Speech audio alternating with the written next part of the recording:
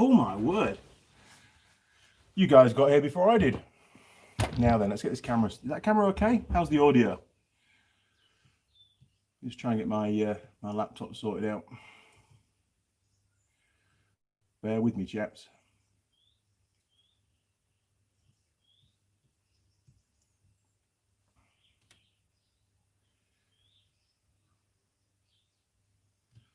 There we go. Right, we're on.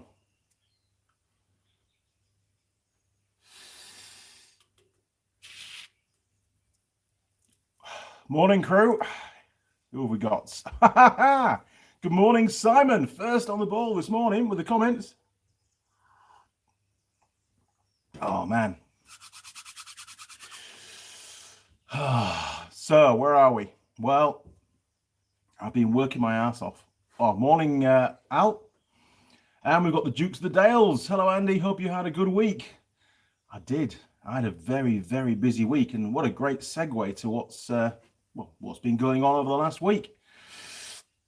Well, Monday, I've got to think now, because Monday I was here in the workshop doing work. And Tuesday I had to go up to Auckland, and I'll cover the comments in a minute, chaps. Keep them coming through. And I had to collect some vehicles and then get back home again. That was Tuesday gone. And then I had a very, very early start Wednesday morning. It was I was up at 4:45 a.m., which to me is still Tuesday, even though it was actually Wednesday. And then I had to head right down to almost not quite the bottom of the North Island. It was a place near Palmerston North, and I got there with 1 minute to spare, and I only had one stop. And the route took me down Desert Road. If any of you know of Desert Road, it's in the wintertime, it can be quite treacherous, as Kiwis put it. It's not that it often gets snow. It does get snow every now and again. There was no snow on it this time around. It's not cold enough yet. But there was quite a lot of black ice, and I had the big trailer on fully loaded, so that set me back quite a bit on time. So once I got past Desert Road, as soon as I watched the temperature climb up and I knew the roads were good, I had to get the hammer down. And the route that I took, the route that the GPS took me, was quite twisted. A couple of real twisty sections. The road, well, that was very Yorkshire, wasn't it? The road heading down, the route took me, through these two really treacherous, twisty sections. But I did still manage to get there just in time. But I couldn't afford any more stops other than one fuel stop. So when I got there, I was pretty knackered, to be honest, because I've been really focused on getting there on time, because we had a film crew coming down and everything. Not for me. This is for work, by the way. And we didn't get finished on site until I got away bang on. I think it was 6 o'clock. I got loads of phone calls come through because I wasn't able to use my phone during the day, so I got lots and lots of phone calls to call back and load the trailer up again, and I didn't get away till 6. Then I had to head up through Dannevirke to Napier, a bit of a diversion to Napier, and then Taupo, and then back home. Didn't get home till about 2 minutes before midnight, so it was a very, very long day. And to be honest, Thursday I was pretty knackered. It just wore me out. Anyway, let's see what you guys have been up to, and then I'll cover the rest of the week. So, okay, we're all right. I don't need to scroll. Josh, good morning, Josh. Josh Benny. Hello, Andy. I set a reminder that you're going live. Good, isn't it? Good man. Now I'm having a cup of tea as well. Excellent. In fact, you just reminded me. Oh, I need to send a personal reminder to a viewer to let him know we're live stream. Oh, yes, he's already texted me. Yes. Roger, there you go. We're on now. We are on now. Sorry. There we go. That's that job done. Okay, so where are we now? Raymond Ferguson, morning. Have a good day. Well, my day is going to be, my next 6 days are going to be pretty hectic. It's actually a long weekend. It's a bank holiday Monday coming up, and I was really looking forward to that, actually having 3 days at home just to try and slow down a little bit. But as it's turned out, being Sunday here in New Zealand, and I was working absolutely flat out in the workshop yesterday, getting another hour RV done. It's not quite finished, still got a few bits and pieces to do, but I can't get it back up to Auckland anyway until after this trip. So, you know, end of the day, it's not going to be back with the customer until probably a week on Tuesday by the looks of it. So I have to, as soon as this live stream is finished, I've got to pack up the workshop, clear out the ute, park up the trailer somewhere safe, block it all in, and then head down to Wellington. That's right, I'm going to be catching the ferry. Now, unfortunately, the ferry is full of people and cars, and I couldn't get the crossing that I wanted on the on the Tuesday morning, or on the Monday afternoon. So I'm going to have to go down today, and I've got the ferry at 10 a.m. tomorrow, and then I've got to get across to Nelson. So tomorrow actually will be quite an easy day, a very easy day in fact. Not a lot going on. Probably catch up with a lot of my emails and things, and then chill out once I get to Nelson. So anybody in Nelson, give me a shout, send me an email, whatever, and maybe we'll meet up for a beer. I'll be available for the afternoon. Now then.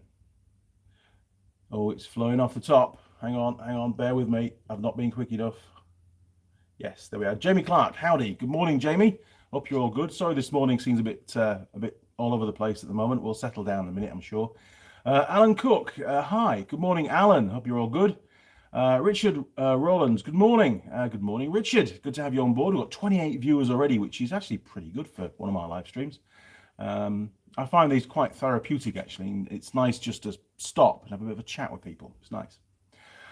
Jim K, hello, Andy. Did you get my email about the CVT? I did, Jim. Thank you very much. Most useful.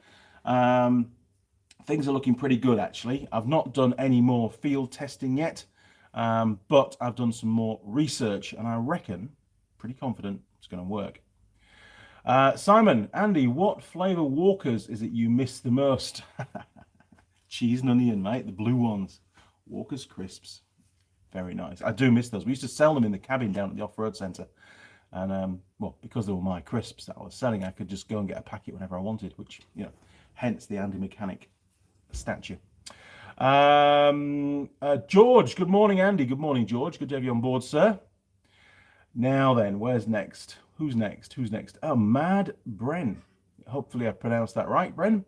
Hi, mate. Hope all is good with you. RE, the Mazda 2, 2006. I was asking you about the rocker cover gasket and a plug seal. Got the gasket, but can't see where those plug seals. No seals found on the cover. Oh dear. Obviously, they're a separate part to the rocker cover gasket. You may have to go OEM and order some genuine ones. You'll need those. It's very important that you replace those. I did get caught out on that little Suzuki Alto. I didn't replace them when I had the rocker cover off, and it did leak. Unfortunately, so I had to go and get the seals. You know, there's no shortcuts. You've got to do the job once and do it right. That's the important thing. So you're going to have to contact your Mazda agency and order them through them, and dig deep, no doubt, because they'll probably sting you for them. Now then, Walter, greetings from Casanova, New York. Good morning, Casanova. Good morning, Walter. Ed Foster, cheers, Andy. All good, Ed, no problem. Mike Adams, hello, Andy. Good morning, Mike. Hope you're all good out there. It's not, oh, it's a little bit cold this morning. It's not nowhere near as cold as it was last week. I've not got my jacket on today, which is nice. Now then, Brandon Mezerquitz. Good morning, Andy. Good morning, Brandon. Simply Diagnostics. Hello, everybody. Man, how do you find the time to watch my live streams? This is fantastic. Welcome aboard. John Hurlo. Good morning, Andy, from Wincanton, Somerset, UK. Another one from the UK. Good morning, John. Mike Adams. Sorry I'm late. Don't worry, John. Don't worry, Mike. I was almost late myself, to be honest, this morning. I've had a lot to get done this morning before the big trip, and I'm going to cover a bit more about that in a few minutes. Finish up some vacation chores. I'm going to have to go back to work to get a break, lol. I know the feeling, honestly. When I was captive down in the workshop, due to the lockdown. I was I wanted to really make the most of having the time at home, because it was a very rare thing to have so many days on site. And I got a hell of a lot of stuff done. As you can see, the workshop's, well, it's almost finished. I have got the steel now to do the supports, to cut the racking, the tang racking, and get it off the ground. And the more I think about it, the more I'm looking forward to that being done. It's going to be quite a big job. It's turned into quite a big engineering project, because well, it's evolved basically. That racking does carry quite a bit of weight, and obviously it's got to be supported. Don't want the whole lot coming down on me. But now it's going to carry even more weight, because the steel stock that I purchased is in 6-meter lengths, and that's the only clear wall where I can store it. So I'm going to actually make 2 lots of brackets and have maybe a 200 mil gap, below where the racking starts, heading upwards, where I can actually place any really long steel stock on there. Plus, it's really easy accessible as well. The shorter stuff can go up in the rafters on the beams. That's fine. That I can get up to about 3.5-meter lengths up there, because of the angle of the door and everything. But no, the full 6 meters, it'll go against the wall. Who have we got here? Jim K. Oh my word! Don't run out of coffee. Well, Mrs. Mechanics just popped out to get some cigarettes, so this is all the coffee I'm going to get for a while. Cheers. Thanks, Jim. Appreciate that. I'll no doubt spend that somewhere in the South Island and sit down and look across a view and drink that coffee. Cheers, mate. Oh my word! Hang on, Simon's about to drop off the top of the screen. There we go. Yeah, so I did get a lot done, and it was actually really nice to get back to work and to see all my work colleagues and have a bit of a catch up. So yeah, it's nice to it's good that New Zealand is almost back on track. I am planning some filming. I've sent out some texts to various tool girls. There's a couple of new tool girls lined up for the channel as well. I'm trying to find a couple of girls that are more local, so it's easier on logistics. But Tool Girl Lilli and Tool Girl Holly are still on the scene as well, so don't think that they've disappeared. Oh, hang on. Come back, Simon. Right, Simon. Been on all day with a scooter that the parts common has been fired. Oh, parts cannon. The parts cannon has been fired, and the loom chopped to bits. Oh my word. Don't you just hate it when somebody messes around with the wiring for you? Why do people do it? Exactly. Sorted now, but it cost the lad a lot in parts he did not need. Absolutely. I mean, it is important, and I see this every single day, that people just say, oh, we've got a fault code for a TPS, we'll just put a new one on, or idle speed control valve, we'll just put a new one on. And often the fault doesn't go away. It's not the actual component, the sensor, the actuator, that's the fault. Often it can be a very hard to find wiring issue. So you've got to check the whole thing. It's common sense, really. And especially when you're spending somebody else's money, I mean, if you put a new part on somebody's vehicle and you think that's going to fix the fault, and it doesn't fix the fault, realistically, should the customer really be paying for that? Because there was nothing wrong with the previous part on the car. Morals have to step in, and that's certainly something you would find or you should find in a main dealership, is they would not charge the customer. That would be very, very unfair. What goes on outside franchise, tends to be a little bit more wayward, doesn't it? And I've seen it all, honestly. And it winds me up. One of the reasons why I fix things myself, to be honest. Yes, correct, Simon. Parts cannon. Mad Bren. Cheers, mate. Appreciate that. Enjoy your trip to Wellington. I sure will. Datsun BH. Hi. Good morning, Datsun. You're a good man. Happy Cats, Ohio, USA. Well, it's good to know we've got some happy cats on board. We've got 33 viewers at the moment and 5 likes. So don't forget to click the like button if you find this live stream entertaining, obviously. Simply Diagnostics, make time for good content. Yes, it's very, very important. I was actually looking back at, or looking over the stats for the Andy Mechanic YouTube channel only yesterday, whilst having a coffee, just chilling out between, working my ass off.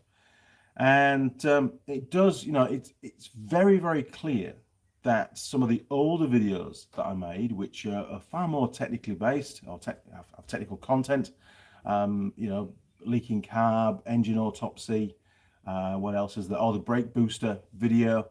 All those videos constantly do really well and have lots and lots of views, lots of engagement, and help lots of people. So it is very, very important that the content is critical, and it's good content and accurate content. And I must admit, since starting my current employment, which I've been there for about 3 years, well, just over 3 years now, it's been more and more difficult to actually plan ahead and to do videos that have got really good content. And it's something that I really need to focus back on again soon, because fabrication videos, they're great. You know, it's nice to see somebody make something and see the end result. But it, other than the odd person that it would help show how to fabricate, you know, brackets and bits where you can see these brackets up here, look, bits and pieces, you know, it doesn't help them fix their car or their motorcycle. So I do need to work more and focus on the content aspect. So my apologies for the recent videos. It's just jobs that I've had to do, and those are the videos that I can make. I've not had any spare time to make specific videos just to make a video. Every job has been a genuine job. So, you know, we'll see how things go. But you're absolutely right. Content is absolutely imperative for a YouTube channel. Oh my word. Necros Bone. I can't pronounce it. Good evening, Andy, from Newport in Wales. Wow. Well, good morning. Let's see where we are. I'm sure we've got some more. We've got lots more. Robert Stokesley. You should have your hot blanket holder with you, or all of them. Yeah, I think you're referring to Tool Girls there. Not sure. Cheers, Robert. Brojan, cool key. Call some women. Would be good. HFTG, no idea what that says. Sorry, just a squiggly line to me, my fault. Mike Adams, your home shop work. After all the ingenuity, hard work, knuckle busting, finger mashing, and bank account shrinkage will be worth it, and bring yourself pride and gratification in the end. I do like my little workshop. You know, I have been working very hard doing, you know, these ROVs recently. I'm getting inundated. There's more to go and pick up. I still haven't taken the first batch back. I've got 4 here at the moment. Almost there. I'm on the last one, although one of them does now need a top end rebuild. It's got a porous cylinder head, unfortunately. Porous or cracked, not sure yet. It's definitely not the head gasket, that's for sure. So I've got to relook at that one. But fortunately for the surf clubs, they're off season now, so they're not in that much of a rush to get these units back, which is important. But yeah, the workshop itself is actually starting to work really well. The ergonomics, you know, of the whole setup, where everything is, you know, you're not wandering around for ages, constantly wasting time going off to get a different spanner or whatever. Things are easier to find, easier to get to, just accessible, which is really important. Now then, Robert Hickey, I'm here for my stock tips. Okay, mate, I'll have a think. Chris Hinder, hey Andy, greetings from Surrey, UK. Love your videos. Hope lockdown isn't treating you too harshly. We're not really in lockdown anymore. I mean, I've been up to Auckland a couple of times. I've been down to Palmerston North, and now moving on to the trip that I'm doing. I'm heading to Wellington, and I'm going to be the whole week in the South Island, and I'm going to be getting down as far as Wanaka, essentially heading down the west coast to Wanaka, and then working my way back up the east coast, catching the ferry back the following Saturday morning. So I won't be home until late Saturday night, which then only gives me 1 day in the workshop. But hey, I'll probably take Monday off actually, because I'll be working so much over the weekends. And I've got lots to do. There's heaps to do, and it's the stuff that I have to do at the moment in the workshop, I can't film. It's not, the product that I'm working on isn't allowed on the channel, so you've got to forgive me. And to be fair, most of it's just basic service work, caliper rebuilds, getting rid of corrosion, fitting new seals, piston kits to the calipers and stuff. And you know, and one of the issues with the surf club vehicles is corrosion. And we got I managed to have a chat with 3M Products here in New Zealand. The rep for Auckland is called Peter, real nice chap, and basically told me about the problem. I said, look, can you help the surf clubs, because they are a charity, And about 2.5 years ago, Peter came on board and said, look, Andy, no problem at all. We're going to support the surf clubs here in New Zealand, and you can have as much of the underseal product as you need. So on the new vehicles, I underseal them when they're brand new during the PDI, when they've been assembled, which is I'm now seeing 2 years down the line, and they are so much better. It really helps to protect the chassis, and the surf clubs, it protects their assets, because when they sell the vehicle, they get a lot more for it as well, which is good. But the problem I've got at the moment is the calipers. Again, these vehicles operate on the beach, and the brakes are a major problem. Every time they come in, they get a full rebuild. And I've got to the stage now where I have to clean up the caliper really well, and then actually repaint the caliper to try and keep the corrosion down. Big problem. I've had issues before where the caliper has corroded so badly around the piston area that the dust seal, the actual lip that retains the dust seal, has corroded away. So you can't even have a dust seal sometimes, which then just compounds the failure. There's no way that that's going to last anywhere near as long without a dust seal in there.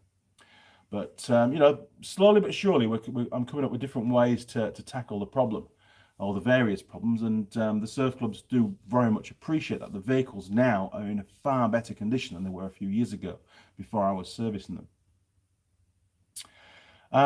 Simply Diagnostics. Agree, finding good stuff to film is the hardest part of what we do. What I meant was, I always find time to watch good content and real people like yourself. I really appreciate that. Thank you very much. And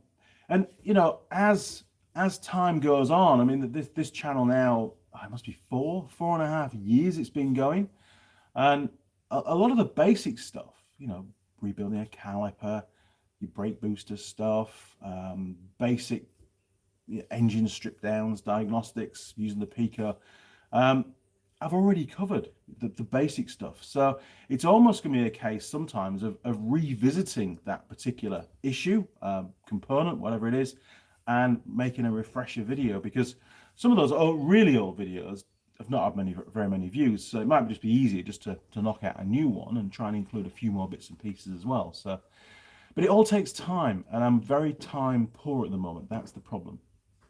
But I will get there. And once I go into retirement, man, I've got every day to make videos, and I'm really looking forward to it. And one of the reasons why this workshop isn't just being renovated as a workshop, it's being renovated as a studio. So, all the lighting's going to be good. I'm going to have charging points all over the place. And, there's a lot more to take into consideration when you're building a workshop to do videos than just building a workshop. But so I appreciate that. Thank you very much. Jim K, would you consider 10% too much when performing a leak down test on a newer ROV engine or similar? 10%?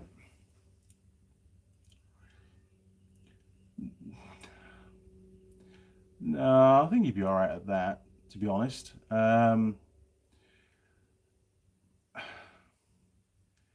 Yeah, I've seen a lot higher, and the engines are still run okay, to be honest. Personally, I just hate any kind of leaks. It just gets me, but unfortunately, it's inevitable, isn't it? I'll be doing a compression test as well, just to see how you get on with that. Daniel Black, do you find it hard having to film and fix? I know it's really tough for me when I tried it. It is. First of all, you've got to allow a lot more time. That's the important thing. It takes anything from twice as long to 3 times as long to do a job if you're putting it to camera.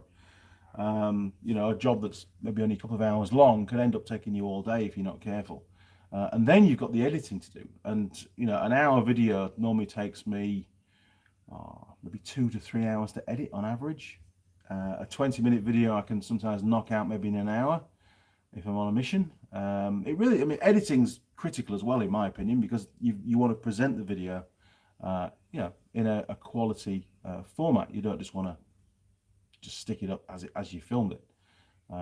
So there's a lot of time goes into it, and for the last couple of weeks I've not done any filming in the workshop, and you can see when we were in lockdown I had lots of time, heaps of videos going up, and as soon as I had to get back to my full-time day job, things, just apart from the live streams, almost stopped. And that's just the way it is at the moment, unfortunately. I feel really bad for it. and I've got lots of things planned, and I have to keep putting them off. But we'll get there. We will. Now then, Brajan, moderator, Brajan. What time do you have? Because we in Poland, it's at 10 minutes to 11 in the evening.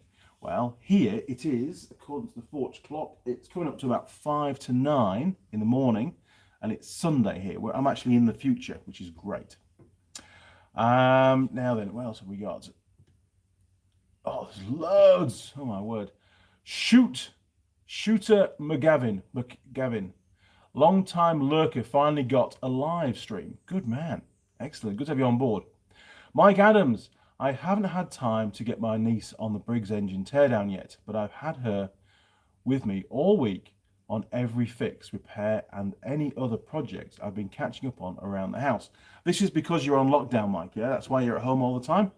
Yeah, I mean, it's great to involve them because, you know, A, it's nice to have a second pair of hands to go and get tools and to hold things and stuff.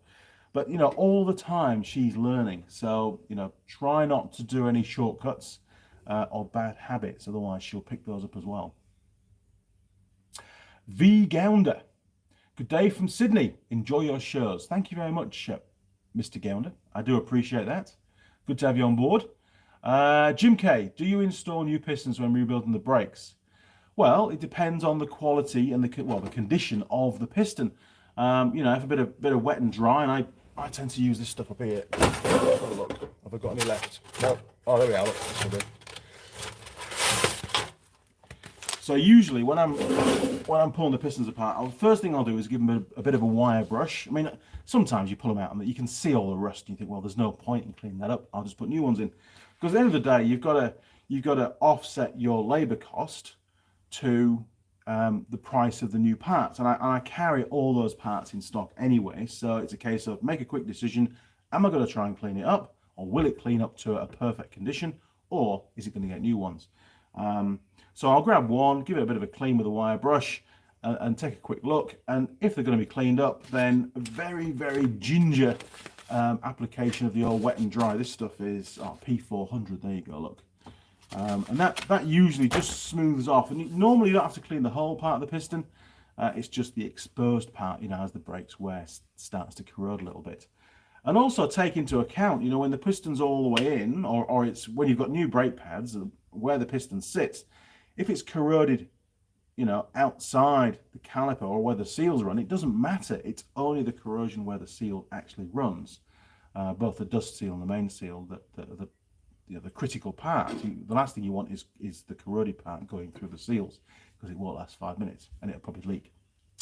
And you'll have no piston retraction as well. One of my pet hates. So not always, Jim. It's a case-by-case basis. And sometimes, you know, I think last week I did one where 3 of the calipers absolutely had to have new pistons. And for some reason, the other one, the pistons weren't bad. So I just cleaned them up and put them in. And that saved the customer a whole piston and seal kit. And again, you know, the customer is the surf clubs here in New Zealand, and they are charities. So you've got to do your very best to keep their bills to a minimum. You know, they've got to get that money from somewhere. It's not easy for them. Now then, Alan, hi, what weather is it like here? Well, the weather it's sunny outside and it's not raining. It was raining a bit yesterday, and it's not too cold, I would say. It's probably about 14 or 15 at the moment, degrees centigrade. Mike Adams, I think she's absorbing the lessons and experience quite well. And quickly for a 10-year-old. She will. I mean, 10-year-olds, man, they just hoover up new knowledge, don't they? She'll be running around the house with a mini toolkit now, taking things apart like I used to do when I was a kid. I do remember we were at Wilberforce in England, just outside York, and Mum had a stereo, and for the time it was a Hitachi stereo, and it was a flat one. It didn't have a turntable on it. It had a cassette deck at the top. And I remember one day, I just thought I'd take it apart. Well, it never went back together again. She was not very happy, I tell you. Bits of stereo all over the lounge carpet. It's great. Thoroughly enjoyed myself pulling that apart. So beware, Mike. you'll come home from work one day and there'll be something else in bits in the house. Don't get mad. That's just what we do. Shooter R. McGavin, does my four-wheel drive gain more power with a snorkel? No, it probably gains less power. You know, obviously, the longer the induction pipe, the more resistance to airflow. And I did notice this with my Nissan Patrol. I fitted a Safari snorkel, and there was a couple of different types of cap that could go on the snorkel. One was like a little pod filter which would spin the air, you know, and any kind of dust would get thrown to the outside, turn the engine off, and it just drops down. That was great. And the other one was just like a little sort of swan neck at the top with a grill on it. And initially I faced it backwards. I thought, I don't want any water going down there, because when you're driving through the rain, there's, you know, quite a bit of water can go through. And I did notice that the 4.2 normally aspirated diesel engine was certainly struggling a bit more on the hills. So very quickly I turned it around, used it a bit like a ram air kind of system, and that helped to compensate for that additional, there must be at least 1.5 meters of additional intake pipe into the intake manifold, and that certainly helped. But it does, your engines do lose a little bit of power when you fit snorkels. It's just the nature of the beast, unfortunately. If it's a turbocharged engine, then maybe not. You might get away with it. Now then, hang on, just bear with me. I've got to scroll down again. Jesus, so many questions. It's not connected at the moment. Okay, well, go and do a run. Go and find a hill, set off from the bottom, find a fixed point at the top, and time how long it takes to get there, and do 10 runs with the snorkel connected and 10 runs without it connected. You'll soon tell whether your engine's down on power or not, because your run time will be less. You know, if it's it will be less without the snorkel and more with the snorkel. It's a real simple way of testing engine output. It's pretty basic. It's not that accurate, but it does work. Now then, Car Guy 72. Good morning, Car Guy. Good to have you on board. We've got 43 people watching. This is great. Pat Toohill. Good morning, Pat. Not seen that name for a while. Taking a break from sandblasting here for a few minutes. Sandblasting, God, I hate sandblasting. You're most welcome to that job. I actually bought a mobile sandblasting unit just after Christmas. I had a lady's trailer that was in such a bad condition it had to be shot blasted to get all the old paint and rust and stuff off it. I did it here in the workshop, and I'm still finding little piles of shot medium, you know, hiding behind various shelves and things on the shelf. It just gets everywhere. If you're going to have something like that, you really need a dedicated room. I won't be doing that again in the workshop, not the main workshop. And doing it outside probably annoy the crap out of the neighbours. I know that. Who knows? I might even decide to shot blast the house when I come to repaint it. That would really wind them up. Robert Stokesley. For now, just have the Tool Girls do a project and see if they can do it on their own. I would like to do that.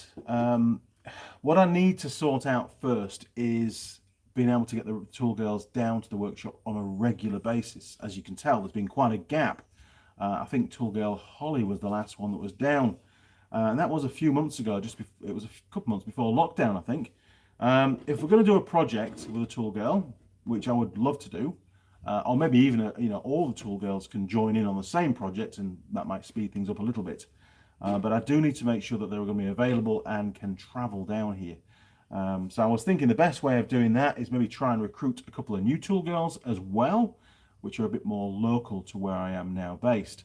And then that way, logistics become a lot easier. Plus, it doesn't cost them as much to get to the workshop, which ultimately doesn't cost me as much.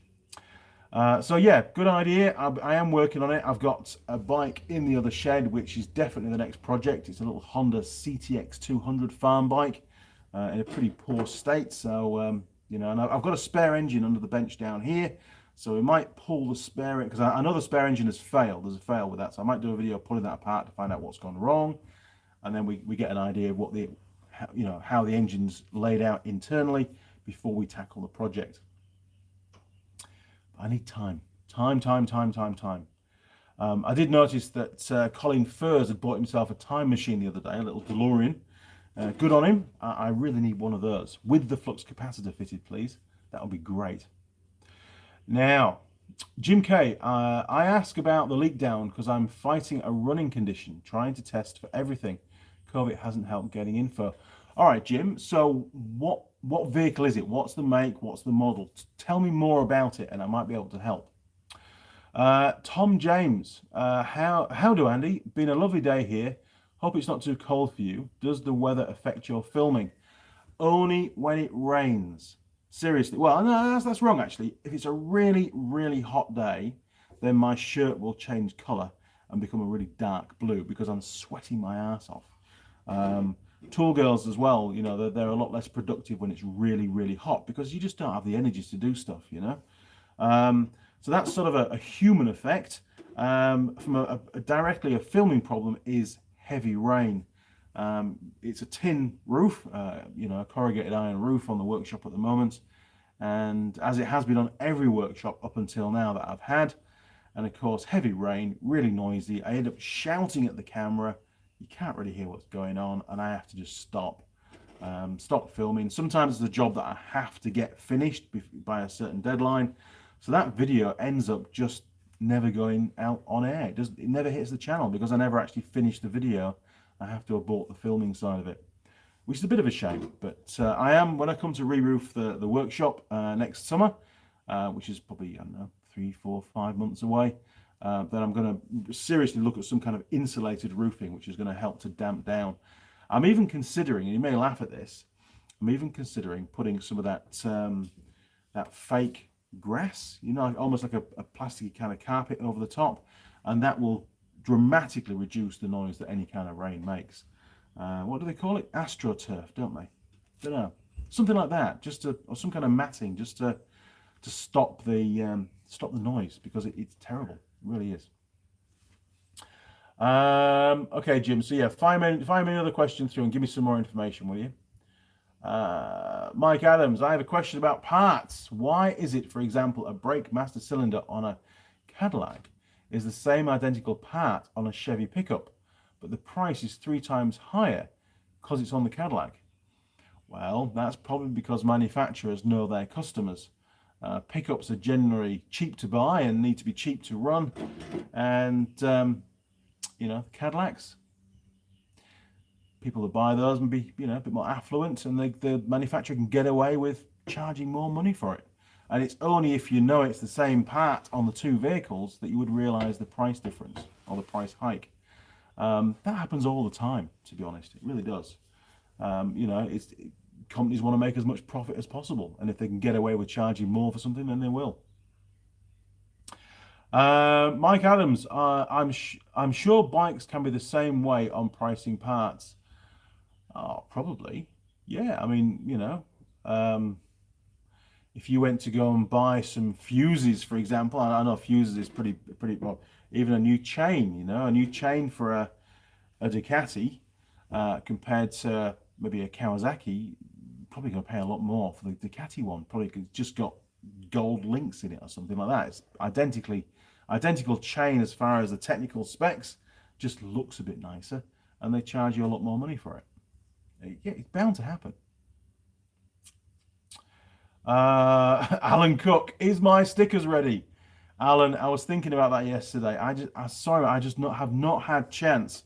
The good news is I'm going to be away on the road for the next 6 days down in the South Island, and there'll be 1 or 2 evenings that I should be relatively free, and I'll make a concerted effort to get onto Zazzle and design you a sticker. And it was 30mm by 100mm, I believe. Good memory, eh? So yeah, I will get around to that. I'm sorry for the delay. I've just been ridiculously busy, and when I've got jobs in the workshop that have got deadlines, I really have to focus on that. John Dyer, hi Andy, I'm late again. How's tricks down under, mates? It's been a busy week. It's been a ridiculously busy week. Yeah, I've done a lot of driving. I did, what was it? With the trailer, and it doesn't sound a lot, but in 2 days, I did 1,181 kilometers with the big trailer, loaded, and a full day's filming as well, on-site work. So I think the second day was 19 hours and the first day was, what time did I leave Auckland? I don't know, maybe 14 hours on the first day. So it was pretty knackered after all that, to be honest. Graham McLucky. Good morning, Andy. Good morning, Graham. Welcome aboard, matey. Good to have you on board. Now then, Pat. Hang on. Let's have a little look. Scroll down. Oh, there's so many questions. Right. Pat. Lol, I don't like to blast either, but it has to be done. I sandblast outside. If I have to sandblast again, it will be outside. I keep putting it off. I've got a little tiny sandblasting cabinet, which is great. I can use that in the workshop. But the external one, never again in the workshop. It just takes too long to tidy up. It really does. Robert Stokesley. Cool. Shooter McGavin. Yeah, okay, mate, thanks. It's a Nissan GQ. All right. I'll keep it unplugged because it's dual fuel. No idea how to anyways. Cheers. Will save me a buck. Yeah, it'll be a lot more efficient without the snorkel on there, believe me. Simon, I'm sure if you get AstroTurf Union Jack, that will upset the neighbours. No, I've got to be discreet about it. I really have. I don't want to give the game away too much. I'm sure that they wonder why I come out early on a Sunday morning now and just sit in the workshop, and I'm sure they can hear me talking, but they've no idea. There's nobody in here. I'm not talking to anybody. Well, they don't know that you're here, obviously. Now then, Robert, thanks. I will watch for that video. No problem, Robert. Shooter McGavin, any ideas on how to get more power from the old Nissan Patrol? I have extractors already. Okay, so is it a petrol or a diesel? Tell me. I don't know. I don't think you told me that yet. So tell me if it's a petrol or a diesel. Okay. Jim K, I took some videos and uploaded them to YouTube. I'll send you the links. That'd be cool, Jim. Thank you. That'd be most helpful. Gabor. Good morning, Gabor. Do I need to replace oil seal every time when I pull a shaft out? Input shaft oil seal marked as do not reuse in service manual. Would make sense not to use a seal only if it's taken out. Well, you've also got to consider how big a job it will be if that seal starts to leak and you've got to go back in. So for example, things like a crankshaft rear oil seal, you're doing a clutch job, I'd replace it, or certainly have a really good look at it. If it's a genuine seal, and I only fit genuine parts wherever possible, then if it's your own car, maybe leave it in. If it's your customer's car, they're going to be pretty pissed if they come back in a month's time and that seal's leaking and they say, hey mate, you should have changed that seal on that job, and then you'll end up having to do it all over again and probably not get paid for it. Now, do the job once, do it right. But I also have the opinion, and we used to do this quite a bit when we did, when we're doing cam belts and stuff down in Devonport. They wouldn't just fit a new cam belt. They'd change all the seals, they'd change the water pump and everything. And this was new to me. I would never have done that before. And the other problem was the kits that they were using were aftermarket. So they were taking out, maybe on a car that was only 3 or 4 years old, it had hit the first 100,000 kilometer mark, needed a new cam belt, and they'd be pulling out the genuine seals and putting in cheap aftermarket ones. I didn't see the point in that, to be honest. I thought, well, the genuine ones are obviously going to be far better quality. They're not leaking. They're going to be good for a lot longer yet. Don't disturb them. Leave them alone. But of course, they wanted to up the invoice value to the customer, and it was bloody expensive getting cam belts done there. Not going to give any names to that, and I tended to do more of the warrant of fitness and fitting the tires and that kind of stuff. So I stayed away from that side of the job if I could help it, because I was always doing road tests and stuff. So my answer to you is, if it was my own car, if it's not leaking, leave it alone, unless it's really old. If it's a customer's car, replace it, but use genuine. If the customer's happy to pay for it, let the customer make the choice. That's the bottom line. It's their car. Just say, hey, you want it changing? It's a good idea to change it, but if we're going to change it, we're going to use genuine parts. Robert, time to go digging for that, digging for the garden. Oh mate, if you could see my garden, Mrs. Mechanic goes mental. There's just vehicles parked everywhere at the moment. The grass, in fact, I don't need to cut the grass anymore because it's just been flattened by all the vehicles. But it's really bad. It is. I feel very, very bad for it. I spend far too much time in the workshop and no time in the garden. Now then, John Dyer, I have a Yamaha Rd 250 LC. I bought one of those years ago. I paid £100 for it, and it was just boxes of parts. And within 2 days, I'd rebuilt the bike just to get it running. I just wanted to ride it, so I just threw it together with a gasket set and stuff because the engine was in bits. Threw it all back together, and within 2 days, I was riding it down the road, and I was doing over 100 miles an hour on it around a corner. With tears streaming out of my eyes, thinking, have I done up all the bolts? Only one way to find out. First water-cooled two-stroke, definitely a win. 11,000 miles on the clock. Mate, keep hold of that. That is worth a fortune now. They're really rare over here in New Zealand. They fetch premium money, so do keep hold of it. Ben's got a couple of the TDR 250s, and he's also got a bottom end for an RD 350 LC because he's doing an engine swap on one of the TDRs.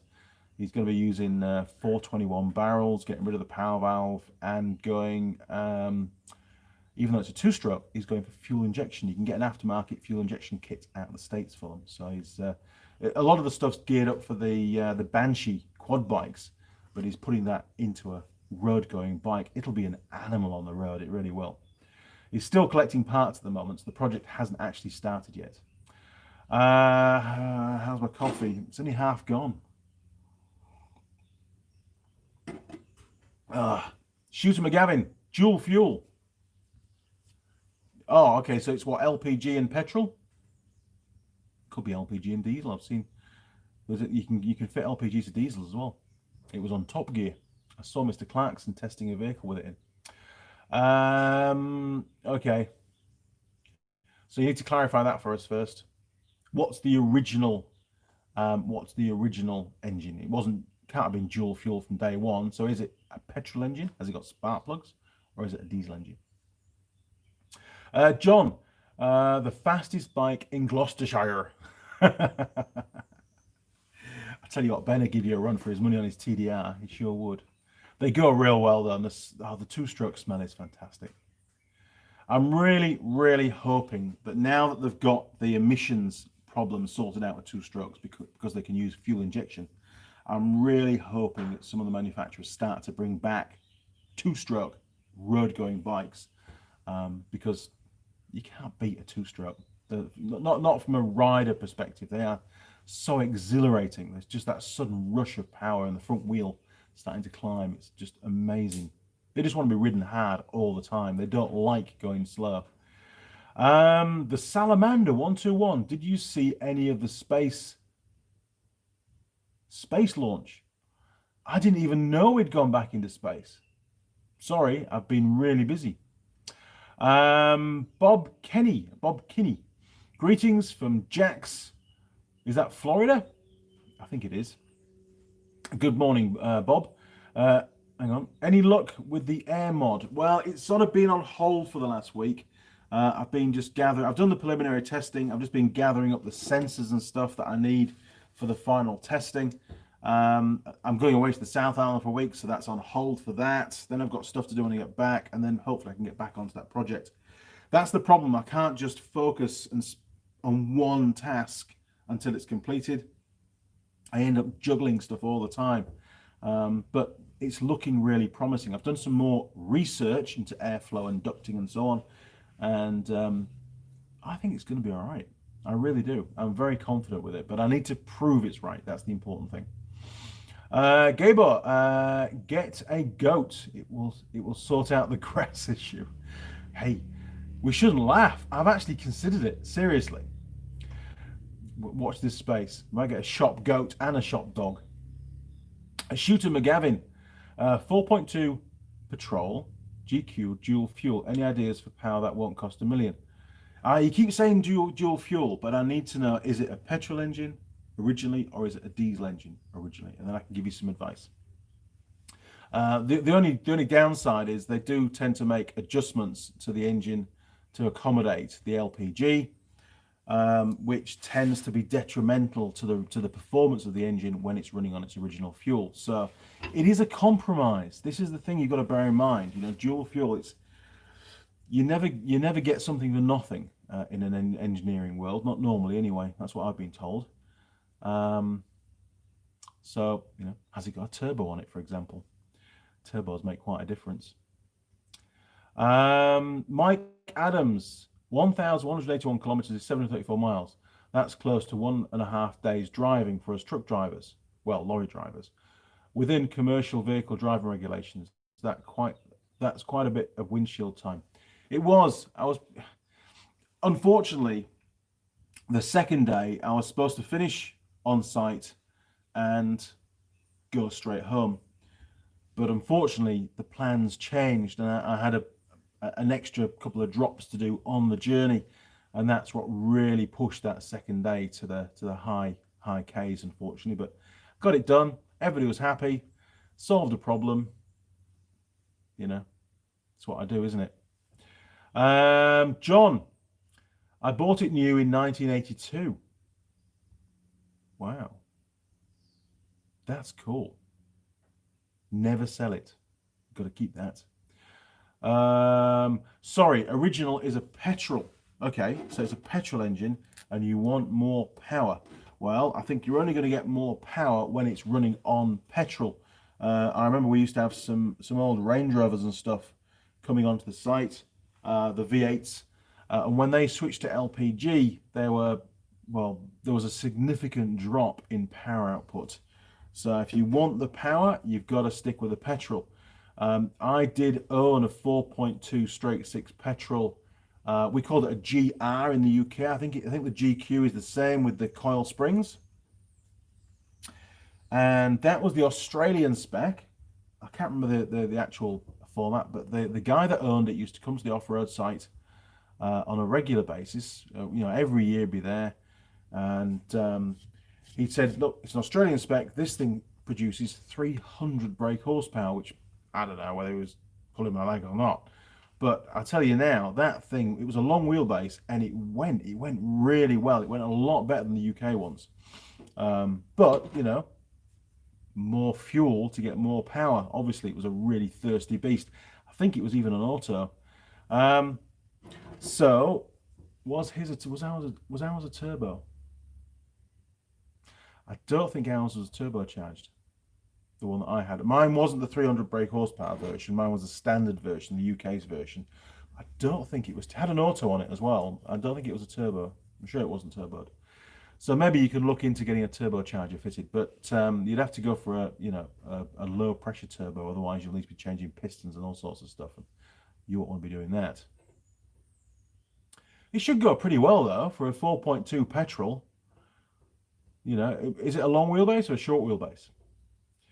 Now then, here we go. Shooter McGavin, yep. Nitrous. Yeah, it's probably gonna not last very long and end in tears if you fit nitrous to it. So ditch the gas. Yeah, I wouldn't bother with the LPG, to be honest. That's just a fuel economy thing. In the UK, it was really cheap for the first few years. The government even paid you some money to convert your car. And then after those few years, they just hiked up the price, stuck on the tax, and it just became not really much better than normal fuel cost-wise, but it was nowhere near as your vehicle didn't perform anywhere near as well as it did on the normal fuel. So, plus, you know, you lost your boot where they put the gas, the LPG tank, or it was low slung under the chassis, so it limited where you could go off-road and that kind of thing. So, personally, I just rip it all out, put the vehicle back to standard, and then once the LPG is gone, then think about doing some kind of performance mods. And I mean, there's lots and lots of forums out there on the net for the patrols. You know, go on there, ask some questions, see what other people have done to improve the power output of their machines. I know with the 4.2 diesels, there's a lot you can do to increase performance. I've seen it also in a disaster with engines blow up, but they're a very, very strong engine. So there's definitely a lot more potential to get from them than there is standard. Long wheelbase, yeah, it's pretty heavy. I mean, mine was, I think the one I've got outside is about 2.3 tons it weighs in at. So it's a big lump to get moving, to be honest. Is it true log dries out the engine or pistons? Oh, you mean LPG? Don't know. I've never really worked much on LPG equipped engines. Any vehicles that we bought with it fitted, we used to just rip it straight out during the prep of the vehicle going on the fleet. There's no way I would allow a vehicle to go off-roading as a hire vehicle with LPG tanks on board. It's just pointless. You've got more components in the vehicle. All that's going to happen is you're going to reduce reliability, and we needed our vehicles to be as reliable as possible. Bob, they did the same thing in the US with LPG gas. Looked really promising at first. Yeah, in England it looked fantastic. Anybody that was running a V8 Range Rover or an old V8 Land Rover or something like that, or even the Rover SD1s, that kind of stuff. A lot of them got converted to LPG. Some of the Jeeps. The first couple of years looked fantastic, and then up went the price. And it was like, well, why did I bother doing that? Gabor, can K&N air filter increase anything other than my car related expenses? I've never really been a fan of the K&N filters. The main reason for that is when there were little K&N pod filters on a motorcycle and it would rain heavily, they didn't stop the water getting into your carbs. That was the problem. It probably wasn't just the fact it was a K&N filter. There was just no airbox on the bikes anymore because people used to bin the airbox and just fit the little pod filters. But it put me off. I've always just stuck with genuine. I mean, for me, the most important thing with a vehicle is reliability. Being a mechanic, I want to spend the least amount of time fixing it. And I want it to be dependable. I do a lot of long distance driving. I can be in the middle of nowhere. I don't want a modification that either I or somebody else has made that's then going to render the vehicle inoperative. I need it to be as reliable as possible, and you can't beat the standard vehicle for reliability. The engineers at the company that built it, that did all the R&D work and stuff, they put in thousands and thousands and thousands of hours designing those components and testing them to make sure that they are reliable. To think that you, I, or anybody else can go in and make modifications that are going to improve reliability, I think that's pretty futile, to be honest. Manufacturers always know more. That's my opinion anyway. Roger, good morning from Bluff. Welcome aboard, Roger. Good to have you. Sorry I didn't send you that message this morning. It all happened real quick. I did think to do it, and then I forgot. Robert, hi Andy from Sydney. Good morning, Sydney. Hope you're all good. What's the weather like over in Sydney? It's not too bad here. Simon, can't say I had lots of LPG pumps left in the UK. Oh, I see a lot of LPG.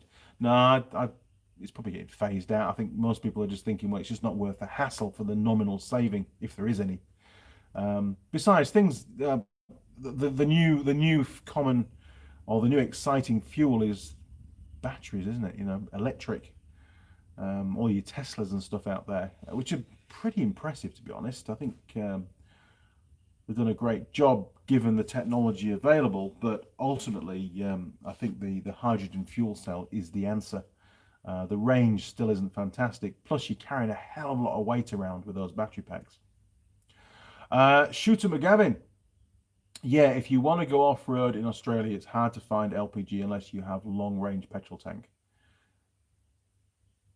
Long-range tanks, petrol, stick with one fuel, less components, less to go wrong. John Dyer, my mate got to Bristol in 20 minutes from Cheltenham. He was on his Nitro CX500. Was it the turbo version? Oh my word. I used to own two CX500s. One of them I bought off a friend. Rob Tribe owned it in York.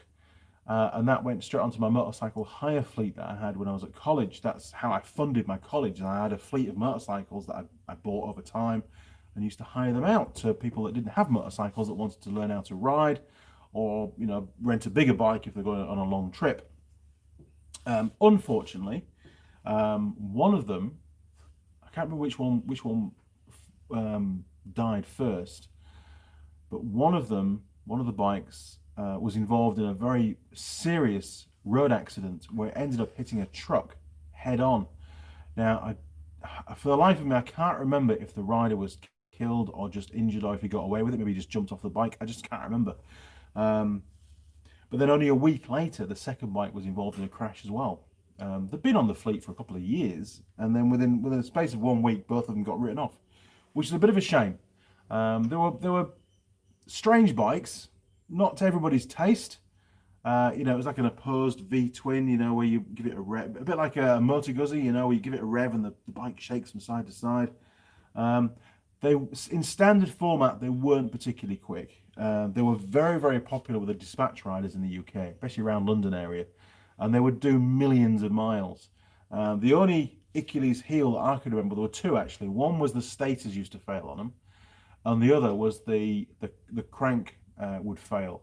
And there was a huge shortage of new crankshafts, so you had to get them spray welded and then remachined. And we did that to one. I actually did that to one of ours. Got it sprayed and put it all back together again. Geez, long time ago. But the turbo ones were cool. I don't have a turbo button. Pretty good. Now then, Simon, CX500, the old plastic maggots. I know that they weren't a performance bike. They weren't anything special, but they were, I suppose, almost like the Ford Cortina of the motorcycle world. You know, lots of people had them. They just went and went. They gobbled the miles up. At the time, they were a pretty good bike, very popular, but really, really old now. I remember all the spares that I had for mine. I just took it down to a local motorcycle wreckers and I took him a trailer load of stuff and just gave it to him. Here you go, mate. I don't have CX500s anymore. You can have all this stuff. And he was over the moon. Car Guy 72. Sod electric cars. Part of the driving experience is the noise and the smell. I agree completely. I am very much a petrol head and not in favour of electric cars. However, something to think about. If other people buy electric cars, that's great, because it takes the pressure off us having to buy one, because governments have to meet certain targets for emissions every year, and the more other people that buy them, the better, because then we can keep our petrol-powered and diesel-powered vehicles for longer, can't we? I hope that they don't outlaw the old cars on the roads. That would be sacrilege, to be honest. It really would. Oh, still waking up. But no, I agree. But saying that, the performance, you know, the 0 to 60, that kind of stuff, the performance, the acceleration out of a petrol, out of some electric powered cars and motorcycles for that matter, is just staggering. It's just awe-inspiring, but it doesn't give the same feedback, and it doesn't sort of exhilarate and provide the same kind of enjoyment, I don't think, as riding a petrol powered motorcycle with an old carb on it, and you come off the gas and it pops and farts as you go into a corner, and then you're back on the gas. And you know, the quirky element, that's what draws me to the bikes. The new stuff just runs too well. I like the old stuff. Yexion Perez, good morning from Venezuela. Hopefully I've pronounced your first name correctly. Looks like a difficult one to pronounce right, but who knows. Bob, I loved my 72 Honda CB500. Nice starter street bike. Absolutely. I think the old original Hondas were awesome. And I have got, and I'm sure Alan's watching now, I have got a project bike going to be coming down soon. And that's going to be a series of videos. And it is I'm not going to tell you exactly the model because I can't quite remember, but I think it's a 750.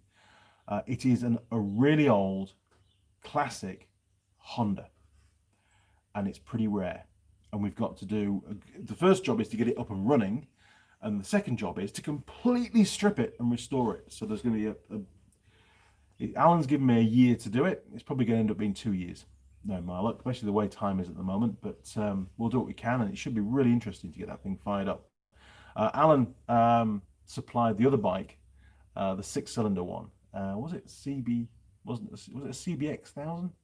Can't remember now. The one that Tool Girl Lilli helped me to get started. Anyway, that was a fantastic piece of kit. Needed a couple of new silencers because they'd rotted out, but and the carbs needed some attention because I think 4 were leaking out of the 6. But beautiful bike, absolutely gorgeous. Simon Raw, good thing with the CX500, the front wheel spindle worked as a cooling fan puller. Is that right? I probably did know that a few years ago, but I forget stuff. Did I ever take the cooling? I must have taken the cooling fan out at some point. You know, I did the engine job on it. I don't know. I can't remember. It's too far. I was only 19. I'd have been 18 or 19 years old when I did that job. Long time ago. John Dyer, non-turbo, just a tank of nitrous and a small jet into the inlet manifold on each cylinder. The tank held about 20 ounces of NOS. Holy shit. It sounds very dangerous to me, mate, honestly. Oh, I'm at the bottom? I am. I'm catching up. Parknest, hi from the UK. Good morning, Mr. Parknest. Hope you're all good. John Dyer, the engine seized about a mile outside Bristol, red hot, 1 a.m. in the morning. Oh, you're kidding. Oh, man. Fancy seizing it up. Pushing it too hard. It's not a race bike. It was a commuter bike, touring bike. Sounds like fun. Sounds like Mad Max stuff. Sure does. What are we on now? 1 hour and 6. Okay, well I'm gonna stop this at 1 hour and a half because, like I say, I've got to get down to Wellington this afternoon, and I've got a very important meeting this evening with a policeman. No, I've done nothing wrong. It's not that kind of meeting. They're not going to lock me up. Recently, as you know, I've been working on these ROVs, and these they work on the beach, a really harsh environment for any vehicle to operate on, and of course corrosion is one of the biggest issues. And once the vehicles get to like a couple of years old, it becomes a real problem to take some of the fasteners out, especially the ones that are underneath that hold sort of the bash plates on and stuff under the floor pan. So for the last few weeks actually, I've been using this stuff from Forge, and I up until recently I didn't really know a lot about the Forge products, to be honest. I'd used Worth and just whatever other brands that I came across, and I found this. This is the S409. This is not a plug for Forge, by the way. This is a genuine point to note that this is fantastic. I've seen Project Farm, and he's done some testing on anti-seize products and the products that free off rusted bolts and so on, and it's all about penetration. And he would very well tested, I must add. I'm a great fan of his channel, and he would line up a number of rusted up bolts with nuts on, and he would spray a couple every 2 with a different product, and he would look at the penetration of that product between the threads of the nut and the bolt. And sometimes you've got a seize bolt and you think, oh, I'll just spray some of that on there, but often you doubt that it's actually making it into where it needs to go. Is it just sitting on the surface and doing nothing? And really, proof of the pudding is with the usage. And I must admit, since I've been, nearly got the coffee. Holy crap! Need to clean my cans. A bit slippy. A bit of jam. That's my toast this morning. Anyway, since using this, not one bolt has snapped off. It's got a 100% success rate. Now I'm guarantee I'm going to snap the odd bolt even by using this, but so far so good. I'm really impressed, and I haven't used that much of it. There's still quite a bit in the can, so good job, Jared. Jared recommended this to me, and he's right. Bloody awesome. I'll keep using that. Now, where are we now? Oh my word. Here we go. We've got some more. Parknest. It's 10:40 p.m. over here. Wow. Where's over here again? Hang on, let me just scroll up. Parknest. Where is he? In the UK. Yeah, you're about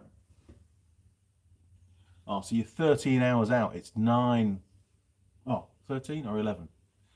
It's just gone 9:30 here, so we're about 12 hours difference. Yeah, Bob, salt water and air.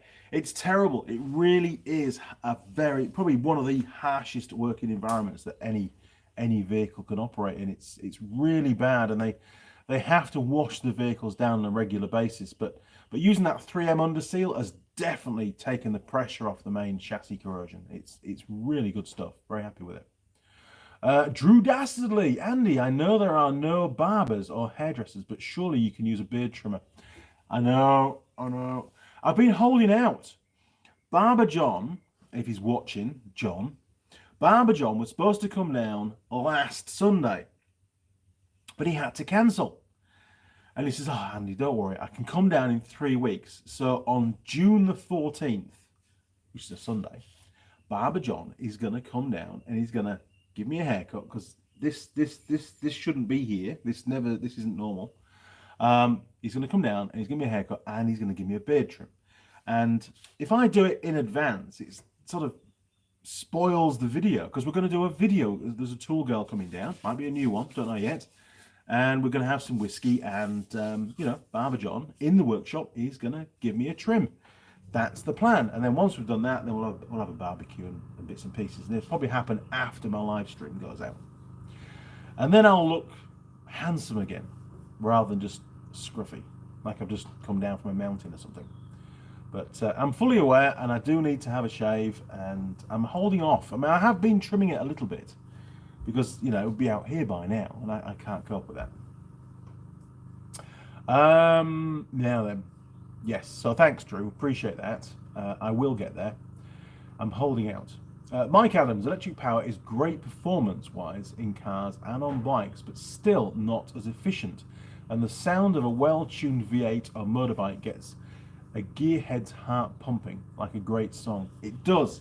And, just going back to the electric car stuff, and this is I'm sure I've covered this before, but from a marketing perspective, the manufacturer only promotes how green these cars are when they're actually, being used. What they don't do, obviously, because it's detrimental to the image of the vehicle, and certainly taints the greenness or the environmentally friendly element of that type of car, is the huge carbon footprint and precious metals that are used to build that car in the first place, and especially the power pack. And not only that, but the environmentally friendly rating of that car depends entirely on the country that it's being used in. Here in New Zealand, we have a lot of hydroelectric power, so that's very, very earth friendly. Whereas in the UK, they've got a lot of, coal-powered power stations, nuclear power. I think when I was still in the UK, we had wood burning power stations. Wood! They used to desecrate whole forests just to keep them going. Clear fell, chuck it in a truck, go and burn it. So, you can't say globally that car is environmentally friendly, because it really depends where it's getting its power from. Sure, you plug it into a socket somewhere, but that power's got to originate from somewhere. It could be an oil-powered power station. It could be a gas-powered power station. They all have emissions, carbon emissions. So you've got to look at that, and they're nowhere near as green as the manufacturers make out. Plus, of course, the battery packs have only got a certain life expectancy, and that's a huge cost to replace the battery pack, and in some cases may well render the car scrap. So you've only got 5 or 10 years out of the car, and then you've got to scrap it. And then because it's got all these precious metals in the car, then you've got the whole problem of the recycling element of that vehicle. So there's a much bigger picture, as I'm sure many of you, because you're involved in the automotive industry, you are aware of, but the general public in general are not aware of the big picture. And they just go out blinkered thinking, oh, I'll buy a Nissan Leaf because it's good for the world.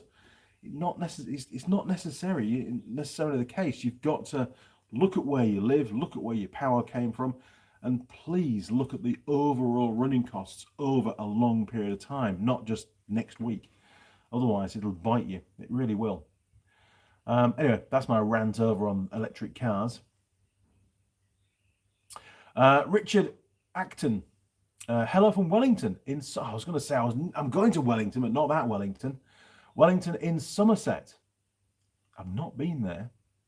Maybe one day. I don't know. Bob Kinney. There used to be an undercoating called Simonize. I think I remember that. Was that the rubberized one?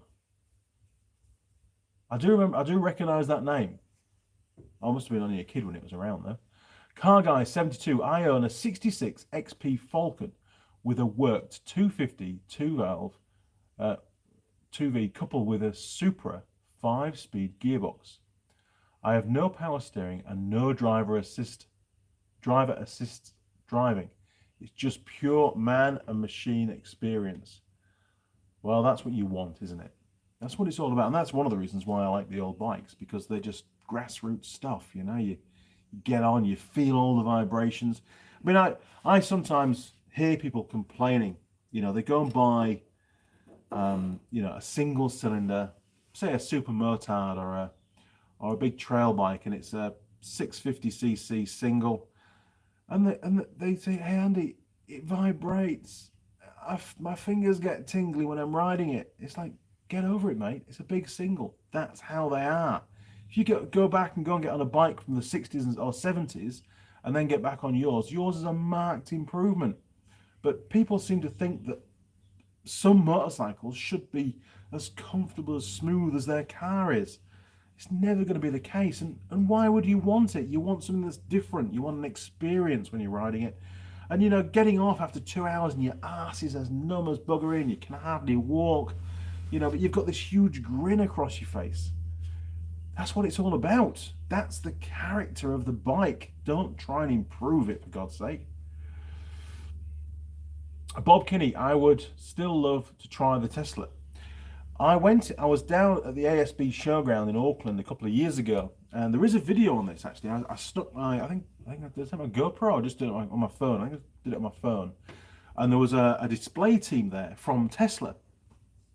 And I got invited to go around the course as a passenger, you know, in one of these cars. And part of the experience was a speed run, you know, setting off from 0, foot hard down, up to, I can't remember what speed we got up to, but it was pretty quick. And awesome acceleration, absolutely fantastic. And what I also like is the huge screen where you can see all your emails coming through and your messages and bits and pieces. Great for someone like me on the road all the time. And I really would like that. My biggest concern would be that it would distract me from actually driving, which is the important thing. You know, it's I've had, I won't say near misses, but it's very easy nowadays with all the information coming through all the time on your phone, whether it's emails, texts, messages, phone calls, whatever. It's very, very easy to get distracted from your main job, and that's driving the vehicle. You know, no wonder there's so many accidents out there, and so no wonder so many people get lured into being distracted. Terrible, really.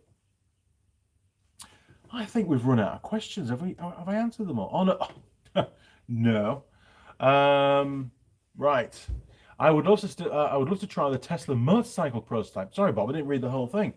I didn't even know that Tesla were doing a motorcycle prototype. I'm going to Google that as soon as this is finished. That would be awesome. I wonder if it's on. Maybe I can Google it now, actually. Just bear with me.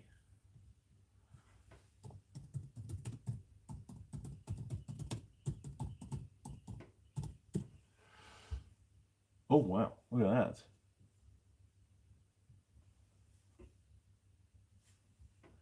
Yeah, I don't know. I mean, they're always going to look different to a normal motorcycle, aren't they? When there's a few different versions on here that I can see on the pictures. Very radical, which of course motorcycle design is all about being radical. I don't know. I just like engines. I like petrol engines, but I can see the benefits of electric. And you see it more and more in the movies, don't you, where they take out the petrol engine noise of the bike and they put in some kind of motory whizzy noise, and I don't know, it's not for me. My generation, I suppose, we just like proper stuff. Anyway, where were we? John Dyer, I loved, I can't read this one. I loved it in lockdown. I loved it. Oh man, you guys have got to write properly. I loved it. The look on his face was a picture I remember forever long. Parknest plus gas is the best stuff. Is that like a racing avgas?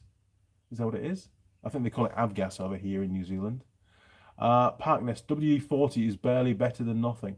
WD-40 is brilliant. It's really good stuff, but it's sort of a jack of all trades. It does lots of different things, but maybe it's not brilliant at everything. You know, it is good. Don't get me wrong. I use WD-40 for all sorts of stuff. I mean, I was using it as a lubricant, as a as a cutting fluid when I was drilling holes, and then that's when Jared contacted me and said, "Hey, Andy, we've got a Forge product for this. Give this a try." And I tried the Forge product, and it was actually better. So you know, you've got to try different things to find out what works better. And things are always evolving as well. New products come on the market, so you should always explore those and see if they're going to be an improvement and make things better for you doing the job that you're doing.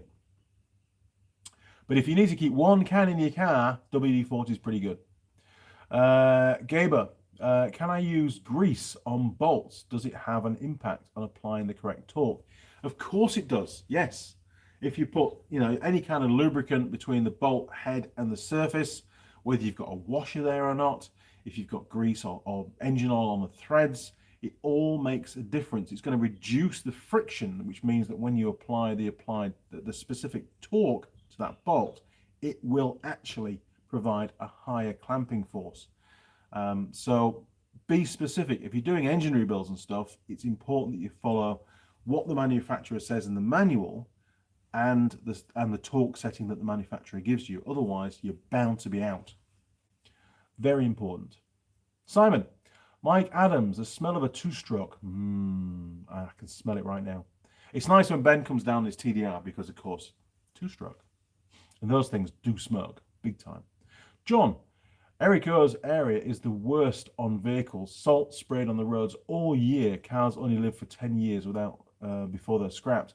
I know, I've been watching loads of Eric's videos over the years, and the corrosion, it's worse than England. It really is bad. I mean, I'm surprised that people put up with it, to be honest. You know, and it's sacrilege. You know, you see a car that's 2 or 3 years old and it's already looking like a 10-year-old car from the UK. Fortunately, here in New Zealand, we don't have that problem of corrosion. Although, because of that, even the slightest amount of rust on an A-post, on the roof of a car, somewhere near the A-pillar or the B-pillar, anything but real minor rust on the underside of the car, man, the warrant guys usually fail it. They get really upset by, oh, it's got rust, it's going to fall apart. Honestly, they should send all the warrant guys from New Zealand over to the UK to do the MOT test, and then they'll realise what is a serious problem and what isn't. Now, Simon, biomass in the UK now, wood pellets imported. Is that right? Shit. That's for the power stations, right? Robert Hickey, my friend drives a coal-powered Tesla. Good man. Yes, that's exactly the point I was trying to make. A coal-powered Tesla. Good for the environment. Not. And you pay a premium for those kind of cars as well. You know, they're not cheap. Robert, done that one. Sorry. Duke of the Dales. All the BBC News reporters still seem to be having haircuts. Nearly. Give me another couple of weeks. Honestly, it'll happen. As long as John the Barber doesn't let me down. I've got a video planned for you all, but, you know, and I'm holding out. I could easily go and get a haircut, but I'm just trying to make a video of it. So it's like the coming out of lockdown, the return to normality, and he looks normal again. That's the kind of thing I'm going for. Plus, it's an excuse to get a Tool Girl down for the day. Simon, Duke of the Dales. Look like Boris has had one too. All right, guys. Dig, dig, dig. Why don't you get at me? Bob Kinney, lol. Car Guy 72. Got to go, Andy. Great catch up as always. Have a good day and stay safe. Cheers, Car Guy 72. Nice to have you on board. It's been good to have a chat this morning. It's nice to do this kind of stuff before I've got a big trip to do as well, actually, because I'm going to be sat in the car all on my own for 5 or 6 hours, and it's, mind you, there are pubs in Wellington, which would be nice. Oh, we're getting there. We are getting there. What are we on now? Hour and 25, so we're not far off. My RD will still do 184 miles an hour. You are, no way. No way will an RD 250 do 184 miles an hour. You're pulling me leg. Come on, John. Maybe kilometers an hour. Bloody hell. Nah. No, it won't. It can't. It just can't. Mike Adams, the only way you're going to get close... Oh, hang on.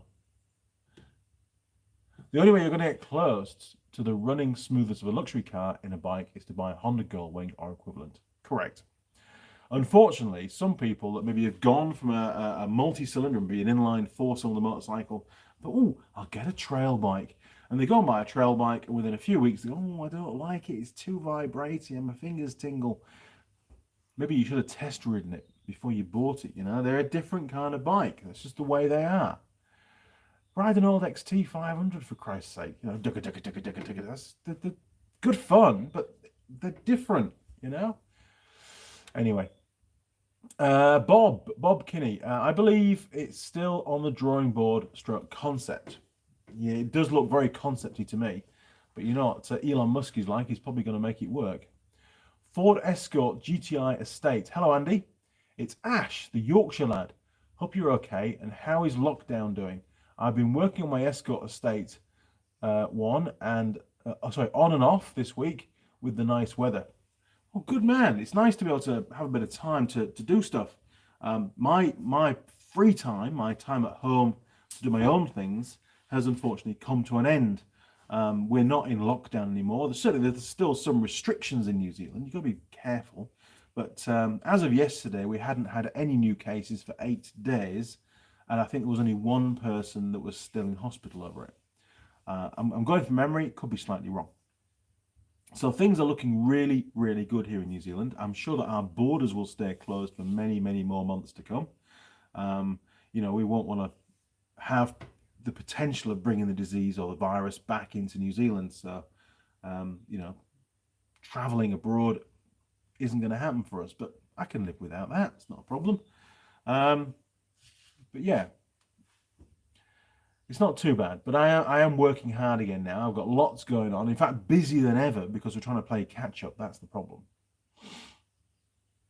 Richard, Simon Roll, the smell of a two-stroke running Castrol R, my favourite. Shooter McGavin, do you have a scheduled weekly live stream? Yes, at the moment, it's every Sunday morning, 8:30 start. That's New Zealand time. So that's, if you're in the UK, that's going to be Saturday evening. Yes, probably. I don't put out a pre-notification live stream because I've not worked out how to get back into that notification or that one that I've the scheduled one using my phone. It always seems to start a new live stream, which is really annoying. So I stopped doing that. I am, like I say, heading down to the South Island. I'm going to be away for a whole week. Chances are I'll be doing the odd live stream along that trip as well, just to keep you informed as to how things are going. If I'm sat at the pub having a pint all on my own, you can join me. We're going to have a bit of a chat, you know, while away the hours with the cider. Simon, Richard Action in the UK we use to get scented two-stroke. No, I've never heard of that. Strawberry or banana, that is crazy. Don't tell Ben, he'll be buying some of that. Ford Escort GTI Estate. Simon Roll, I love the smell of two-stroke. Got a BSA Bantam waiting to be restored. Believe it or not, I made a power hacksaw years and years ago when I was 15 years old for my GCSE metalwork. It was. I did it in a year. Did the whole 2-year course in a year. Got an A+ for it, which was nice. And the power hacksaw that I made, I used a BSA Bantam. I think it was a 175 crankshaft. you know, in order to convert the rotational force into, you know, the longitudinal force to power the actual blade. I also used an old bench grinder as like an intermediary reduction as well. So I had the motor with a little pulley on it. I had a bicycle wheel, believe it or not. It was a plastic wheel out of what was called an XM9 BMX. My brother used to have it, and I stole his wheel out of it. We had that on one side of the bench grinder, so I made up a little boss and stuff to mount that on the spindle, and then again a pulley on the other side, and then up to the actual BSA crankshaft. And it worked brilliantly for years and years and years. But unfortunately, when I came to New Zealand, I couldn't bring it with me, so it's probably been scrapped. Unfortunately, very sad. Spent a long time making that, and it was really reliable as well. It never failed, and it used standard size hacksaw blades. That was the key behind it, because they were cheap. Now then. Richard, I'm in the UK. Castellar reminds me of the FS1E from the 70s. Yeah, the little Yamaha Fizzy 50s. Fantastic little bike. Bob Kinney, if you consider it, I would love for you to film the restore of the classic Honda. I think that would be really cool to watch. That is the plan. There's going to be hopefully a series of videos on that job, and I am very much looking forward to it. Partly because A, I'm getting paid to do it, and B, I'm not paying for all the parts. So it'd be great. It's a win-win, isn't it? And, you know, it's nice to work on bikes almost from my era. You know, I sort of worked maybe more on the late 70s and 80s bikes. I think that this one predates that slightly.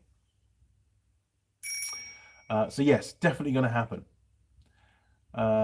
Simon, Ford Escort, got a 1974 DT175 to restore. I actually worked on a DT175 that had no spark, and it was when I was a bit of a rookie and I didn't have a lot of tools, and we got it down to the fact that the pickup coil had failed, but we never got round to taking the flywheel off and replacing it because we didn't have a flywheel puller, and that was the end of that. It got pushed back in the barn again. Oh, there's somebody at the door. Hang on, what's going on? Oh. Hello. Oh my word. Some cigarettes as well. Look at this delivery. Oh, jeez. Look. Breakfast time. We've got picnics and all sorts, and some cigarettes. Jeez, I've got to stop smoking. It's no good. Oh, it looks like we're going to be here for a bit longer yet. Oh, right. I'll put that one over there because that's cold. There, look, I've got my Colin Furs mug. I do like his videos. Cheers, Colin, if you're watching. Probably not. He does a great job there. Oh, right. Where were we? I was catching up. Yes, old DT175, two-stroke, air-cooled. That was probably the first of the monoshocks, actually, if I remember rightly.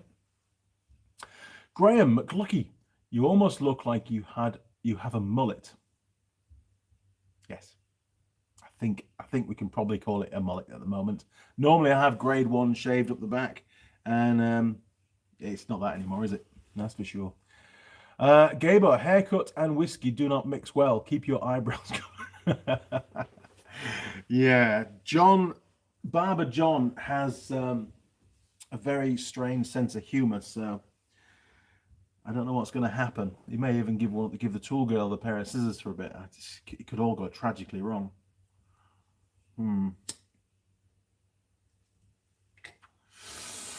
Mind you, if it does go wrong, we'll just shave it all off. I'll just go bald. What the hell? You know, Bruce Willis gets away with it. I'm sure I could do a good impression of Bruce Willis. Not. Now then. Oh, Brooknecks. Cheers from the middle of nowhere. Alaska. He's back on again. Are you the lad that was on the last time from Alaska? Probably. There can't be too many people up there. Glad to hear things are looking great there in New Zealand. Still on the rise here in the US. It is. New Zealand is one of the very few places in the world at the moment which seems to be very much on the recovery of the virus. We've had no new cases for the last 8 days, and if there aren't any today, that'll be today will be the 9th day. From what I'm led to believe, once we get 4 weeks or 28 days without any new cases, the country will go back to level 1. that is there a level 0? I don't know. I can't remember. But you know, we are traveling. We've got to take precautions wherever we go. Don't need to wear a mask all the time, which is good. But we do have like hand sanitizer and wipes and that kind of thing, just to constantly wipe down. If you go in and buy fuel and come out, you're gonna wipe your steering wheel down, your hands and things. But I must admit, I feel a lot less anxious now about contracting the virus than I did a few weeks ago. Before, I just didn't want to leave home. I just wanted to stay at home, let the world sort it out, and then when it's all fixed, come back out of hibernation and carry on. But no, things are looking really good here, but they're not in many places. And of course, the US is looking really, really bad, as was predicted, unfortunately. Very late start at any kind of preventative measures, almost a denial, really, from the president there. But hey, I didn't choose him. I feel very sorry for some of you that have got him, but he still has a hell of a following, and I just can't get my head around that. I really can't. But anyway, I'm not here to talk about politics. It doesn't affect me, but it does affect quite a few of you guys. So, yeah, good luck. Bottom line is, keep yourself safe. Self-preservation is what it's all about. Brooknecks, cheers from the middle. Oh, that one. Sorry. Ford Escort, Simon Royal, 1959 BSA Bantam, ex-GPO bike. Well, that's pretty cool. Inherited from my late father. Well, it's also from the family as well, so keep hold of that, mate. Definite. I have ridden a BSA Bantam. My late godfather Ted, he let me ride one of his. He had I think it was either a 125 or a 175. I can't quite remember, but it was a fun bike to ride. Off-road fan. Okay, Andy. Then give the tool girl the scissors and then let the hairdresser correct the mistakes. Or with the best video ever, lol. I think that is exactly what we're going to do. That sounds fantastic. Crap, what am I letting myself in for? Could be a nightmare. Saturday, 9:30. I think that's supposed to say UK time. Yes, UK, you're right. Ford Escort. Hi, Andy. Happy to hear you're out of lockdown. I'm up and down with us in the UK. Yeah, UK is still not good, is it? There's still a lot of cases over there. Simon, being a GPO adds extra value. It sure does. Keep hold of it. Don't let that go out of your sight. That's for sure. You should never sell that. John Dyer, haircut lockdown coming out party video sounds good. And yes, my bike does do 184 miles an hour. I fitted better gearing on it with a smaller rear wheel sprocket off an RD 350. Man, well, you wouldn't catch me doing 184 miles an hour on it. No chance. My TDR 250 used to top out at... It was geared down because it did lots of wheelies and stuff because it was the first production supermotard. About 105 mile an hour it would just rev out. That was it. Yeah, obviously the TZR used to go a lot quicker, top end speed wise, but it didn't have the acceleration of the TDR. Okay, I believe you. It's pretty fast. It's 184 mile an hour. It wouldn't do 184 mile an hour on me on it, that's for sure. Brooknecks, my two-stroke oil has been smelling like dryer sheets lately on my snowmobiles, lol. I think you can still buy the strawberry scented two-stroke in the UK. That's fantastic. Don't tell Ben. It'd be important some for sure. Mike Adams, don't feel bad about the hair. I finally got mine cut after 3 months. Mine probably has been a bit longer than that. On Monday, when they finished getting it buzzed down to a crew cut, they had enough hair to make a great toupee. You'd be able to sell that. Somebody will buy it. Mike Adams, on the bright side, at least we still have hair to cut. Lol. I know. I keep getting told I have got a bit of... It's thinning at the back. Yeah. I did say that, once I get a bald patch, it's all going to come off. I'm not going to be one of those comb over guys. I just can't do it. I can't do it. But somebody else has to tell you when you get to that stage, don't they? Because you just don't know yourself. I'm dreading that day. I really am. But hey, new chapter, no hair.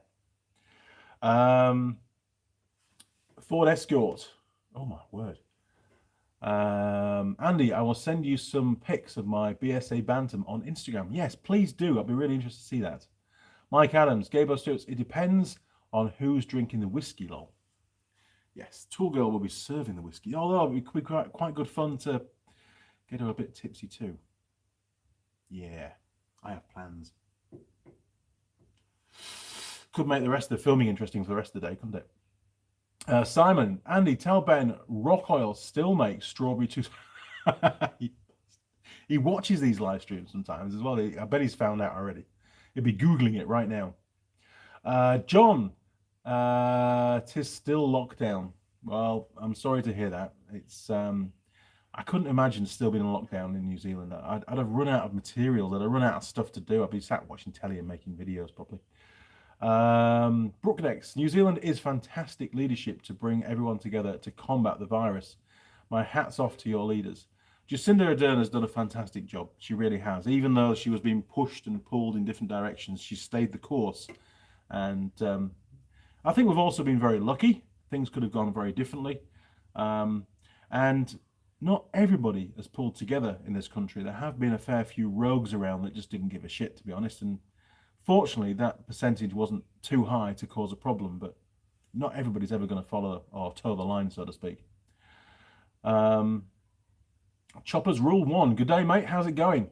It's 10 past 8 a.m. in Australia. Yeah, you guys, you have a lie-in every morning. Every morning. I'm good. Got smoke in my eye, but I'm good. I'm good. I'm just about to head in about an hour's time. I've got to jump in the ute and drive down to Wellington. So I've got a lot to do today. No tools for me today, unfortunately. Although I had a long day yesterday on the tools. George, 184 mile an hour from a 250 mil should appear like some skinny drag bike for the least. Is it? I just can't get my head around that. 184 mile an hour. You need a lot of horsepower to get to that kind of speed. John Dyer could turn out Ike Leon. Bob Kinney. All right, Andy, signing off. Catch you next week, everyone. Yeah, I think I should in theory be back for next week's live stream. I'm going to be back late Saturday night, so I'm looking pretty knackered on the Sunday, but I'll be here for you, don't you worry. But there will be a couple of live streams, I think, or at least one on this next week. So it'll be one evening New Zealand time, which will be morning UK, and whatever time it is in the US, I've no idea. So for those that can't, it's the middle of the night for them watching the regular live streams, hopefully they'll be able to come on board with one of those. Mike Adams, Andy, are we becoming a bad influence on you with this haircutting video idea? You are. You're giving me some great ideas though. Never a bad influence, just good ideas. Or bad ideas, however you look at it. David Thompson, you could have had Boris Johnson. Yeah, I know. Tell me about it. Choppers Rule, Sunday morning here in Australia. Ford Escort GTI Estates, 11:45 p.m. in the UK. Choppers Rule 1, I have had an eye operation last Tuesday. Still can't see properly yet. Well, I had conjunctivitis in both my eyes when I was, about 15, I think it was. And I couldn't see for 2 weeks. It's not fun, is it? And I've still got the scarring on both the lenses. My eyesight's not fantastic. My left eye is worse than my right eye. My right eye is the strongest eye. That's what gets me around and gets me through the driving test, the eye test for your driving license. So I have to be super careful with my eye protection now. Can't afford to damage my right eye, otherwise I've got serious problems. David Thompson, yes, 11:14 p.m. in the UK. Dukes of Dales, great live stream, Andy. Have a great week down in the south. Cheers for now. Cheers, Duke of the Dales. I will see you next Sunday, if not before, with another live stream. Simon, you're lucky in the respect of New Zealand population per square mile is 46 people. Is that what it is? And the vast majority of that is in the cities. When you get down to the South Island, there's hardly anybody around outside the cities. Just big farms. That's all there is, really. Baydad Ali. Good day, mate. How are you? I'm fine. I'm actually really good. I'm quite tired from a busy week, but I'm looking forward to getting on the road and getting down to Wellington and making a start on a week's adventure in the South Island. John Dyer, see you next week. By the way, I'm in the UK. Cheers, John. Great to have you on board, and well, we'll see you next time for sure. Thanks for all your contributions on this live stream. It's your messages and your comments that make these live streams. I've had very little content planned for this one. It was really just to sit down and a chat before I hit the road. Chopper's rule. I have 6 stitches in my right eye. Feels, oh my word. Yeah, one thing that they offered me to improve my eyesight, which isn't horrific, it's sort of okay for driving, was a cornea transplant. I really didn't like the idea of that. Lasers treatment won't work because they actually keep the top flap of your lens, and of course that's the damaged bit. So yeah, cornea transplant, not going to happen. There is one other thing they could do, which is I believe like an acid burn on your lens, and it just takes off the top layer and then it grows back smooth. That's the theory. That might work, but again, pouring acid in my eye, I've been trying to avoid that all my life. It sort of goes against the grain a little bit and scares me shitless. I've seen too many movies where it's gone wrong. Ford Escort, there's a few UK folk here on tonight. There is, yes, it's pretty good actually. We've got 35 viewers at the moment and 27 likes. So we're about, what are we, 8 likes short. So we need some more likes, gentlemen. Ford Escort, David Thompson. Lockdown, doing my head in here in the UK. It would be doing my head in, David. I mean, it's great to have a few weeks at home, yes, to get some jobs done that have been waiting for a long time, but then you run out of jobs and you just want to get out and see people and interact and talk and get back to work. It's surprising, you know, you think, oh, you know, never-ending holiday, but it's actually, it's not like that. You know, we all need to be productive and do stuff. And I was very much that in that boat, you know. I felt redundant almost. God help when I retire, honestly. Josh Benny, it's 4:17 p.m. We're in stage 3 of reopening plan. Everything is now open except movie theatres in some places, but we're at least 50% capacity. That's good, Josh. Well, hopefully things are going to continue to improve for you. David Thompson, Northwest UK here between Manchester and Liverpool. Excellent stuff. Chopper's Rule 1. I ride a CBF 1000 Honda road bike. Wish I could go for a ride today. Yeah, you can ride now in New Zealand. They're allowing recreational riding on motorcycles. They have been doing for a couple of weeks since we went into level 3. And there was a lot of very happy bikers around New Zealand, I must admit.